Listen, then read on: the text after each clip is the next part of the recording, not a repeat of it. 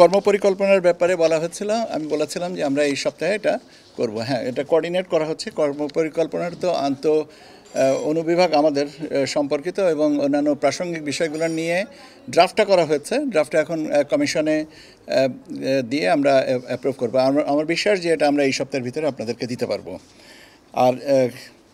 আর এরপরে মাঠ প্রশাসনে নিয়োজিত দায়িত্বপ্রাপ্ত কর্মকর্তাদের সাথে সমন্বয় কিভাবে হবে, তাদের টিওয়ারটা কী হবে, ফোকাল পার্সন আমাদের এখান থেকে নির্ধারণের ব্যাপার আছে, পরিপত্র নির্দেশনা ইত্যাদি বিষয় সম্পর্কিত যে কাগজপত্র তৈরি করা, এই বিষয়ে এখন একটা মিটিং চলছে। আমি ওখান থেকে আপনাদের সাথে কথা বলার জন্য চলে এসেছি। আপনাদের সাথে কথা বলে আবার এই মিটিংয়ে যাব এবং এটা আমরা কোঅর্ডিনেট করার চেষ্টা করছি যেন আমরা একটু অ্যাহেড ইন টাইম কাজগুলোকে গুছিয়ে রাখতে পারি।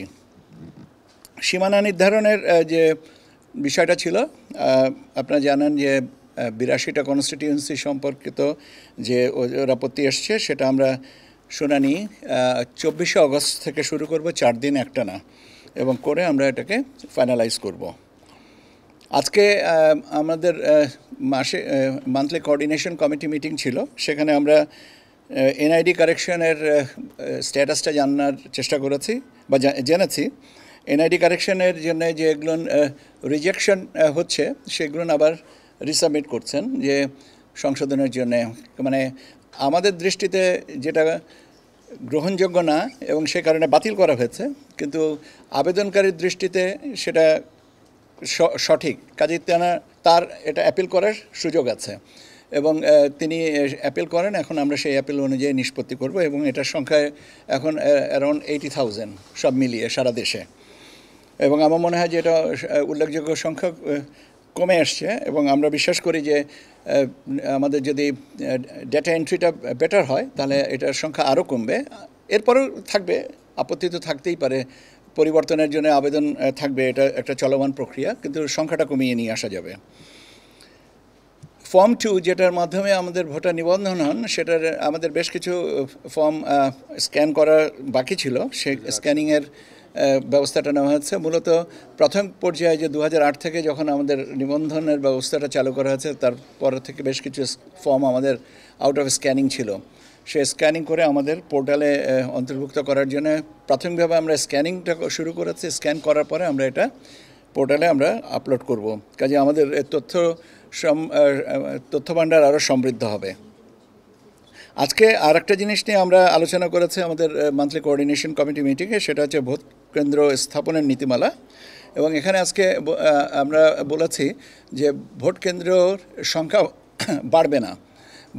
এর অর্থ এই না যে অতীতে যা ছিল সেটাই একদম হুবহু এটা রাখতে হবে বা সংখ্যা যৌক্তিক বিবেচনায় যদি বাড়ে সেটা, কিন্তু ওই আমাদের যে পার ভোট কেন্দ্র জাতীয় নির্বাচনের সাথে সম্পর্কিত 3000 জনের জন্য একটা কেন্দ্র, সেই অনুযায়ী আমরা হিসাব করে আমাদের ধারণা যে ভোট কেন্দ্র না বাড়িয়েও শুধু ভোটার উপস্থিতির বিষয়টাকে যদি আমরা বিবেচনায় নেই, তাহলে আমরা হয়তো দেখা যাবে যে এটাকে সমন্বয় করতে পারছি।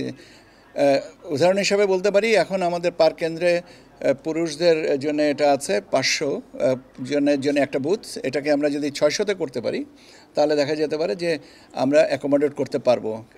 সেইভাবে আমরা একটু হিসাব করছি এবং হিসাব করে যদি আমরা দেখি যে হ্যাঁ এটা গ্রহণযোগ্য, তাহলে আমরা সেই মাত্রায় কাজ করব।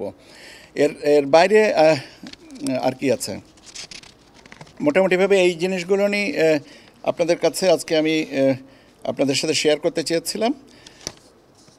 আর এখন আপনাদের যদি কোনো স্পেসিফিক কোনো প্রশ্ন থাকে তাহলে সেটা আসেনি, যদি কর্তৃপক্ষের সিদ্ধান্ত হয় তাহলে হবে, যদি না হয় সেটা ভোট কেন্দ্র ব্যবস্থাপনার মধ্যে। এখন আমরা এই মুহূর্তে হচ্ছে ভোট কেন্দ্রের সংখ্যা, আর কিভাবে সেই সংখ্যার ভিতরে ব্যবস্থাপনাটা করবে সেটা গেল পরের ব্যাপার।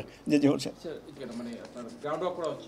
আমি আপনাদেরকে আগেও বলেছি যে আমরা একটু কাজগুলোকে একটু এগিয়ে রাখতে চাই আমাদের সবারই সুবিধার জন্যে, তাহলে একটু বেটার স্পেস পাবো। লাস্ট মোমেন্টে দৌড়াদৌড়ি হুড়াহুড়ি করে এই কাজগুলো আনতে করতে হবে। তা আমরা যদি একটু আগে থেকে করতে পারি তাহলে আমাদের বেটার কোঅর্ডিনেশনটা হবে। এবং আমাদের যেমন ভোট কেন্দ্রের এই যে নীতিমালার ব্যাপারটা, সুযোগ এসছে বলে একটা পর্যালোচনা করা যাচ্ছে এবং কোনো জিনিসই তো একদম অবধারিত না, এটা পরিবর্তন হতে পারে। কিন্তু আমাদের কাজটা হচ্ছে যে যেটা আগামীকালকে করার কথা সেটা যদি আমি আজকে করে রাখতে পারি তাহলে আমাদের জন্য একটু স্পেসটা, তাহলে আগামীকাল আমি হয়তো নতুন একটা কিছু নেব বা একটু বাড়তি কাজের সুযোগ পাবো বা স্বস্তিতে কাজ করার সুযোগ পাবো। বিষয়টা সেটা, এখানে অন্য কোনো বিষয় নাই। তো আরও পরের ব্যাপার, আমাদের তো সার্বিক আমাদের কনসার্ন হওয়ার এই মুহূর্তে কোনো কারণ আছে? আমরা আমাদের জিনিসটা গোছাই, যে যার জায়গাটাকে গুছিয়ে নিলেই তো হয়ে যাবে। সেটা নির্বাচন ব্যবস্থাপনার সাথে আমরা এই মুহূর্তে জড়িত, আপনার প্রশাসন মাঠ পর্যায়ে আছে যারা, তারা রেসপেক্টিভ এরিয়াতে কাজ করছেন, আইন শৃঙ্খলার সাথে যারা আছেন তারা রেসপেক্টিভ এরিয়াতে কাজ করছেন। আমাদের ভিতরে একটা যোগাযোগ তো আছেই। আমার মনে হয় না যে এটা নিয়ে এই মুহূর্তে আমার কোনো মানে উদ্বেগ প্রকাশ করার কোনো কোনো কোনো কোনো যুক্তিসঙ্গত কারণ নেই। কিসের বৈঠক? এটা এখন এটা মিটিং করতেছে, আমি তো আপনাদের সাথে কথা বলার জন্য দৌড়িয়ে আসছি, এখন আবার যে মিটিংয়ে জয়েন করব। ঠিক আছে, আপনাদের